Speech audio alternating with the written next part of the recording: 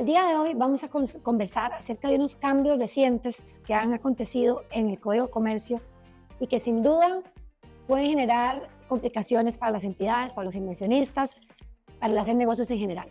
Para eso nos acompaña Vivian Gasset.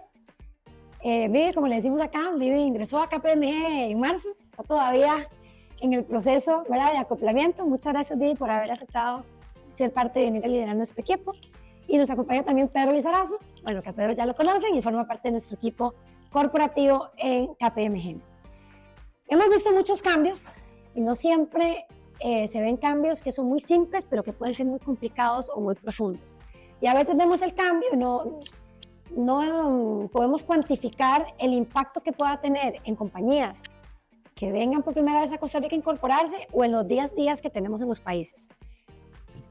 Antes de explicar el cambio que se debe, tenemos que tener en cuenta también que en Costa Rica, a diferencia del resto de países del mundo, hacemos sociedades hasta para tener una moto.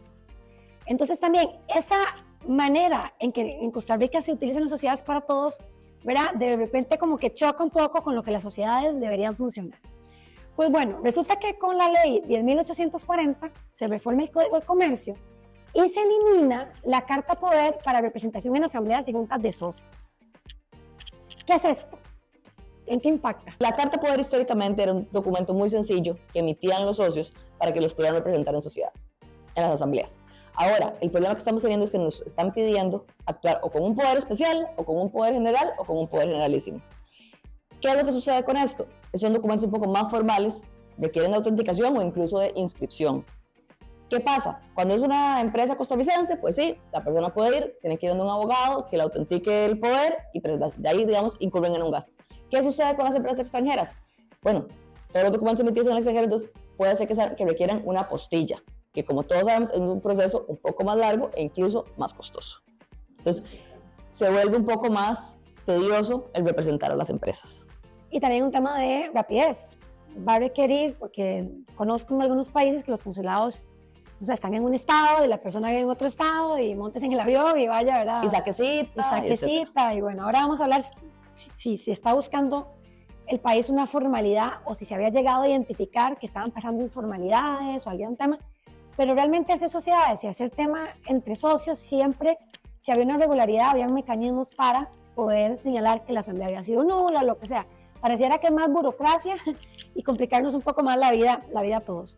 Pero, entonces, tal vez para entender, ¿ahora todos los socios necesitan otorgar un poder formal o sigue siendo válido un documento privado como la Carta Poder tradicional? Ok, toda referencia a la Carta Poder ya queda eliminada, o sea, la Carta Poder ya no se puede utilizar, pero se puede utilizar el poder especial en documento privado. Como decía Vivian, este poder pues tendría que ser autenticado por un abogado y poder presentarlo en el día de la asamblea para poder representar al socio. Entonces, el documento privado en sí puede ser utilizado siempre y cuando tenga las formalidades del poder especial para que pueda ser aceptado. O sea, es un poquito, o sea, bien que mal, todavía hay cierta flexibilidad y ese poder especial tiene que venir también consumerizado. Si es emitido en el extranjero, debería estar apostillado. Claro, entonces ahí siempre tenemos el tema. O sea, aquí es un tema de tiempo, de programación y de formalidades. No es que esté mal, porque da más seguridad, que los documentos realmente hay una voluntad del socio de que lo vayan a representar.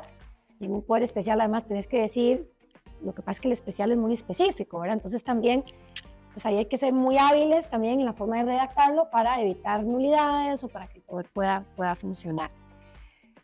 Dado este cambio, ¿qué riesgos se enfrentan las empresas si siguen usando cartas poder simples? ¿Qué pasaría si alguien dice, yo me la juego?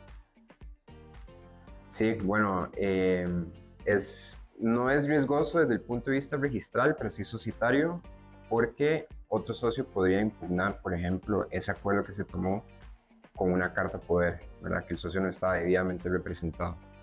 Entonces, sería correr el riesgo de que, ¿verdad?, el acuerdo tomado no, pues sí.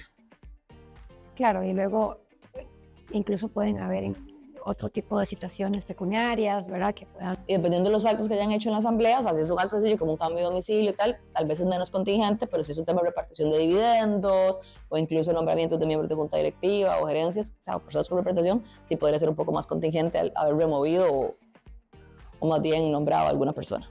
Ok, he escuchado alguna preocupación, principalmente cuando hablamos de empresas de zona franca o empresas nuevas que vienen a Costa Rica, que no sé si es el registro, no está permitiendo que sociedades del exterior incorporen sociedades costarricenses, es decir, no está permitiendo que de primera entrada sea el dueño de las acciones una entidad del exterior. ¿Esto es correcto? ¿Es lo que está pasando? Correcto, recientemente, a final del año pasado, hubo un cambio en el registro, una directriz a donde para poder una sociedad extranjera actuar en Costa Rica tiene que tener una cédula jurídica. Esa es la regla general para empezar, ya lo vamos a ir desmenuzando. Entonces, ¿qué sucedía? Antes, para constituir una sucursal, se otorgaba un poder en el extranjero, venía apostillado, la persona comparecía ante el notario en representación, digamos, de la persona extranjera y constituía las sociedades.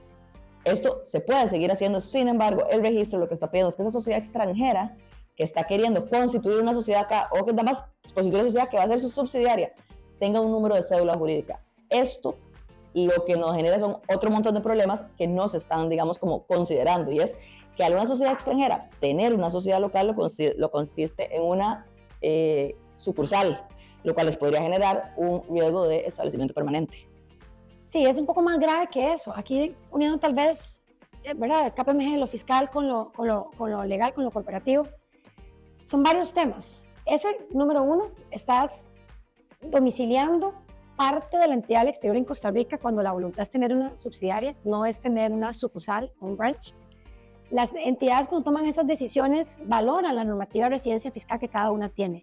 O sea, Costa Rica no puede ir pidiéndole a las empresas del exterior, tiene que abrir una sucursal en Costa Rica, porque eso tiene impactos en el tratamiento tributario en residencia, incluso con temas de tratados de doble tributación, con temas de intercambios de información. Es decir, es una muy mala idea. Es una idea que posiblemente no estuvo pensada por parte del registro con otras áreas del derecho o otras industrias en que pueda haber impactado. Definitivamente esta medida hay que revertirla. Deberían tomarse las acciones legales correspondientes, porque no solamente es una limitación más hacer negocios en Costa Rica, que puede ser una decisión para no invertir en Costa Rica, por las decisiones que implica eso a nivel de las compañías. Imagínate vos, cualquier compañía de tecnología, que lo que quiera es abrir una sociedad costarricense y ser dueña y le pidan abrir un branch. Es decir, o sea, es realmente absurdo. Entonces yo creo que me parece escuchar que ya algo se está presentando a nivel de la Sala Constitucional y me parecería bastante interesante ver cómo resuelve ese tema. O sea, básicamente, para resumir, tenemos un cambio importante en el Código de Comercio, da cierta seguridad de cara a accionistas. Me parece a mí que no es algo que uno dijera es ilegal o no es adecuado, pero sí requiere que las empresas se preparen, que los asesores nos preparemos, porque obviamente nuestro margen de acción es mucho más limitado al que teníamos antes y los requisitos que tenemos que cumplir pues son mayores, ¿verdad? Creo que, y la otra locura definitivamente hay que revertirlo, porque sí, el tema del branch no tiene ni pie ni cabeza.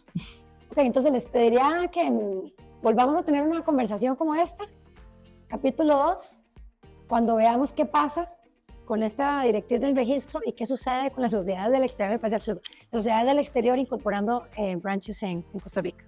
Perfecto. De acuerdo. Y lo retomamos. Muchas gracias.